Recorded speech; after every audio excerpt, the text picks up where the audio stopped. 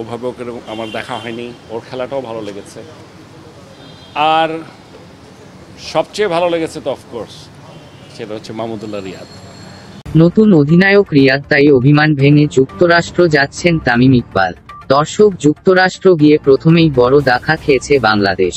যুক্তরাষ্ট্র বিপক্ষে এমন লজ্জাজনক হারের কারণ শান্তর অধিনায়ক নেতৃত্ব পালন করতে পারেনি।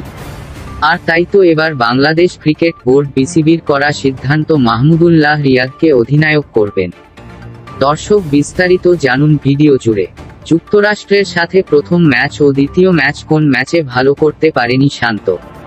এক সংবাদ সম্মেলনে পাপন জানান বিশ্বকাপের আগে শান্তকে পরিবর্তন করা উচিত। পাপনের মতে অধিনায়ক নেতৃত্ব দিবে মাহমুদুল্লাহ রিয়াদ। আর এদিকে বাংলাদেশের এমন লজ্জাজনক হারের কারণে সারা দেশে সমালোচনার মুখে বিসিবি। যুক্তরাষ্ট্র সাথে বাংলাদেশ যদি হোস্ট হয় তাহলে বিশ্বকাপ খেলা নিয়েও হতে পারে বিতর্ক। আইসিসির পরিকল্পনা হতে পারে পরিবর্তন। বাংলাদেশের জায়গায় যুক্তরাষ্ট্র পেতে পারে বিশ্বকাপে চান্স। দর্শক, মাহমুদুল্লাহ অধিনায়ক হলে আপনারা কে কে খুশি হবেন তা অবশ্যই জানিয়ে দিবেন কমেন্ট করে।